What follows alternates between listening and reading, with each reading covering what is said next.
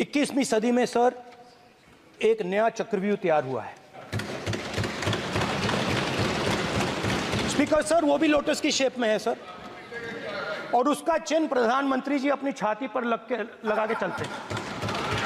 Sir, जो अभिमन्यु के साथ किया गया था, जो अभिमन्यु को चक्रव्यूह में फंसाया गया था, वही हिंदुस्तान के साथ किया गया है। हिंदुस्तान के युवाओं के साथ, हिंदुस्तान के किसानों के साथ, हमारी माताओं बहनों के साथ, स्मॉल बिजनेसेस के साथ, मीडियम साइज बिजनेस के साथ। सर, अभिमन्यु को 6 लोगों ने मारा था। उनके नाम द्रोणाचार्य, कर्ण, कृपाचार्य, कृतवर्मा, अश्वत्थामा और शकुनी। सर, आज भी चक्रव्यूह के बीच में 6 लोग हैं। सर, चक्रव्यूह के बिल्कुल सेंटर में, चक्रव्यूह में हजारों लोग होते हैं सर, मगर उसके बिल्कुल सेंटर में 6 लोग कंट्रोल करते हैं। तो जैसे उस टाइम 6 लोग कंट्रोल करते थे, वैसे आज भी 6 लोग कंट्रोल कर रहे हैं चक्रव्यूह को। नरेंद्र मोदी जी, अमित शाह जी, मोहन भगवत जी, अजीत दोवल जी, अंबानी और अदानी जी कंट्रोल कर रहे हैं। प्लीज एक मिनट प्लीज। नहीं सर, बोलने दीजिए। हाँ, आप बैठिए। माननीय सदस्य, आप संवैधानिक पद पर हैं।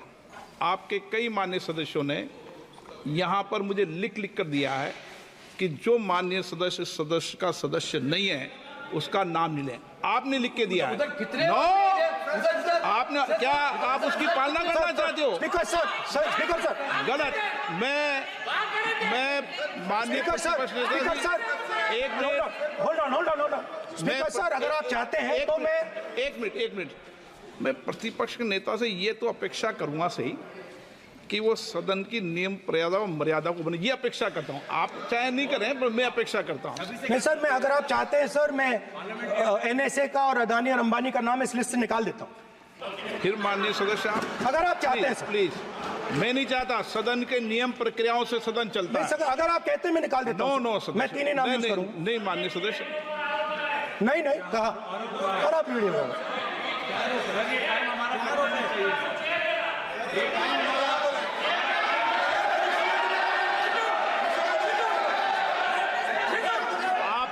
सब प्लीज, या आप समझाइए। हाँ, Speaker sir, the Chakravyuh that has captured India has 3 forces behind it. First is the idea of monopoly capital, that 2 people should be allowed to own the entire Indian wealth. So one element of the Chakravyuh is coming from the concentration of financial power. The second element, sir, मैं budget को explain कर रहा हूं sir, मैं आ रहा हूं, वहीं आ रहा हूं sir. So one element is financial power. The second element is the institutions, the agencies, CBI, ED, Income Tax Department of this nation, and the third is the political executive. Speaker sir, these 3 together are at the heart of the Chakravyuh, and they have devastated this country. Speaker sir, my expectation was that this budget would weaken the power of this Chakravyuh, that this budget would help the farmers of this country, would help the youth of this country, would help the laborers, the small businesses of this country. But what I have seen is that this budget, the sole aim of this budget, iski jo niyat hai, it is to strengthen this framework, the framework of big business, monopoly business, the framework of a political monopoly that destroys the democratic structure, and finally the framework of what one can call the deep state or the agencies. And the result of this has been the first पहला काम इस चक्रव्यूह ने क्या किया, जो हिंदुस्तान को रोजगार देते हैं, स्मॉल एंड मीडियम बिजनेसेस हैं, जो करोड़ों युवाओं को रोजगार देते थे, उन पर इस चक्रव्यूह ने आक्रमण किया। कैसे किया? नोटबंदी, जीएसटी और टैक्स टेररिज्म। आप लोग आतंकवाद की बात करते हो, पूरे देश में अगर कोई भी व्यक्ति छोटा बिजनेस चलाता है तो रात को उसको फोन कॉल आता है इनकम टैक्स डिपार्टमेंट से, जीएसटी से, और टैक्स टेररिज्म का वो शिकार बनता है। इस टैक्स टेररिज्म को रोकने के लिए बजट में आपने कुछ नहीं किया है। तो टैक्स टेररिज्म के कारण और ये जो आपकी नीतियां हैं, जो आपने कोविड के समय बड़े बिजनेसेस की मदद की और जो स्मॉल एंड मीडियम बिजनेसेस थे उनको खत्म किया, उसके कारण आज हिंदुस्तान के युवाओं को रोजगार नहीं मिल सकता है। बिल्कुल एक युवा को रोजगार नहीं मिल सकता है। अब फाइनेंस मिनिस्टर बैठी हैं, अब युवाओं के लिए आपने क्या किया?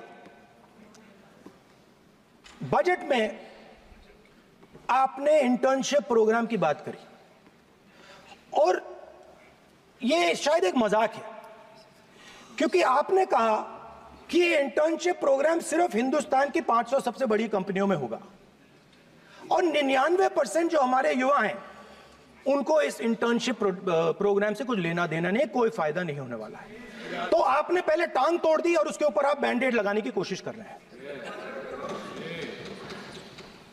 मेन मुद्दा आज युवाओं का एग्जाम पेपर लीक है।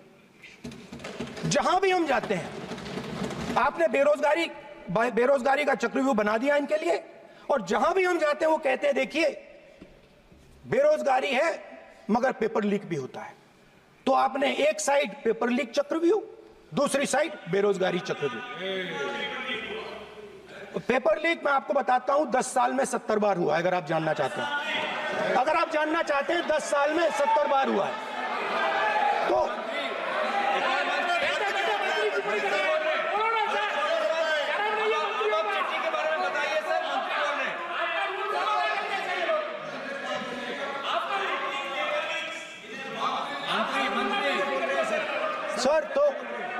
सर तो पेपर लीक के बारे में फाइनेंस मिनिस्टर ने बजट में एक शब्द नहीं कहा है।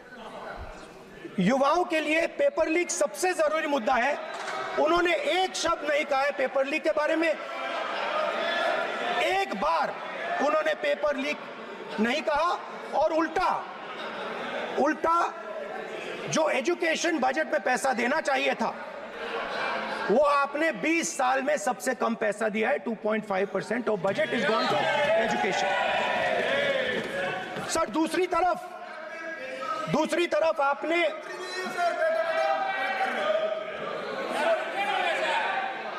आपकी नहीं मानते सर, ये रनिंग कमेंट्री कर रहे हैं सर। दूसरी तरफ पहली बार सेना के जवानों को आपने अग्निवीर के चक्रव्यूह में फंसाया। सही बात। इस बजट में अग्निवीरों के पेंशन के लिए 1 रुपया नहीं है। आप अपने आप को देशभक्त कहते हो, मगर जब अग्निवीरों की मदद करने की बात आती है, जवानों को पैसा देने की बात आती है, तो बजट में आपको 1 रुपया नहीं दिखाई देता। उनकी पेंशन के लिए 1 रुपया आपने नहीं दिया। तो उनको आपने अग्निवीर के चक्रव्यूह में फंसाया। उसके बाद सर जो अन्नदाता हैं वो चक्रव्यूह से निकलने के लिए, आपके चक्रव्यूह से निकलने के लिए जो आपने बनाया 3 काले कानून, जमीन अधिग्रहण बिल को आपने कमजोर किया, उनको आप सही दाम नहीं देते हो। इस चक्रव्यूह से निकलने के लिए उन्होंने आपसे सिर्फ एक चीज मांगी है, 2 चीजें नहीं मांगी है, सिर्फ एक चीज मांगी है। उन्होंने कहा है कि हमें लीगल गारंटीड एमएसपी दे दो।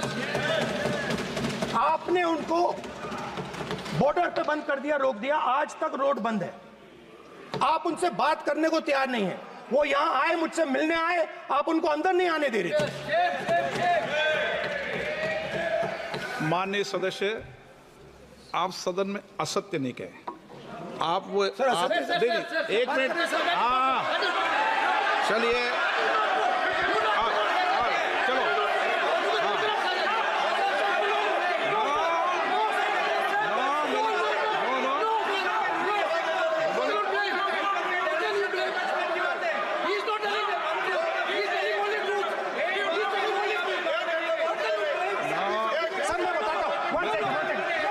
सर मैं आपको बताता हूं सर, वन सेकंड सर, मैं आपको फैक्ट बताता हूं सर, जो मुझे, एक सेकंड, हाँ बता। मैं आपको फैक्ट बताता हूं, फिर आप मुझे करेक्ट कर दीजिए।